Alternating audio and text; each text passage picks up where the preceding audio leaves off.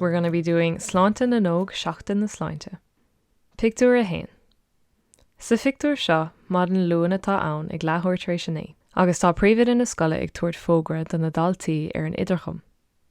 Dar lé, Seachtain na Sláinte atá inti ar scoil agus curfar béim ar chláinte na naltaí a churchan cín le ling na seachtaine. Pictiúr a dó. Mar chud de Seachtain na Sláinte, déanaan an scoil iirecht na daltaí is spraga chun páirt a chhlacha i gcúrsaí sport. Agrítar cluiche pelle idir na daltaí agus na múntóirí i barc na scoile. An sin, I hallan na scoile, chuirtar rangan na aclaíochta ar siúl do na daltaí agus buine siad antanna vasta. Pictiúr a trí. I gceantaí na scoile, tá bia sláintúil ar nós tarthaí, íogart agus árán dán tí ar díal agus tá antóir orthe. Feicim iad an sin bucha leháin agus bia gasta áithe. Is léir nach digan sé gan dhéanaan bia mar seo dochar don Sláinte má étar an nómarcada. Pictiúr a cethir.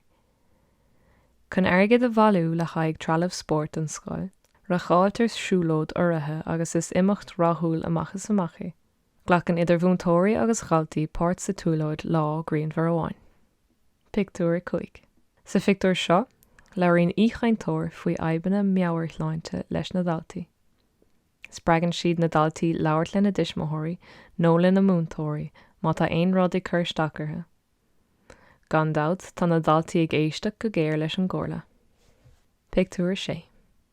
Tránóna ina tá ann agus feicimid an príomhide ar an idirchum arís.